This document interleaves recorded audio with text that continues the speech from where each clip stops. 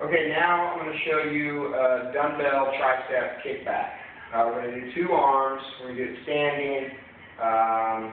The main thing to remember on this is that when we bend the waist here, you don't want the hips tucked under. So unlike everything else that I ever teach my clients about your hip rotation, typically you want them tucked under. That engages the core.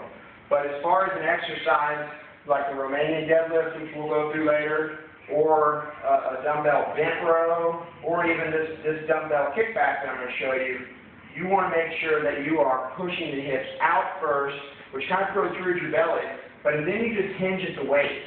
You'll feel a lot of stretch here, but it keeps the tension off of the back. That's the main thing about this versus here. You know, as you can see, that looks like it's a lot more stress on my back versus if I rotate this way. So, for the kickback, you're holding the dumbbells here. I would go ahead and rotate the hips out, and then just hinge at the waist. The knees aren't locked, but they're not really bent either. They're just soft, if you will. Again, keeping that butt pushed out, your chest is up. That'll keep all this flat.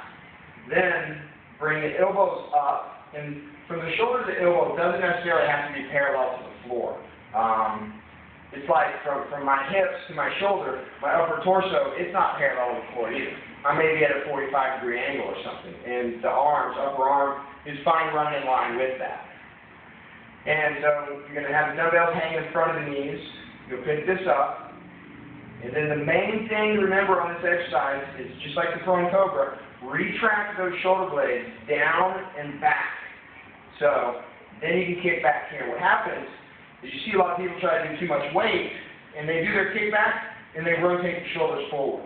It takes a lot of the tension out of here, and it puts a lot of it up here. You'll be able to do more weight, but we're not isolating the muscle that we're looking for, and you're running a potential risk of injuring something up here. So you're here, retract those shoulders down and back throughout the entire movement, so it just stays real strict here.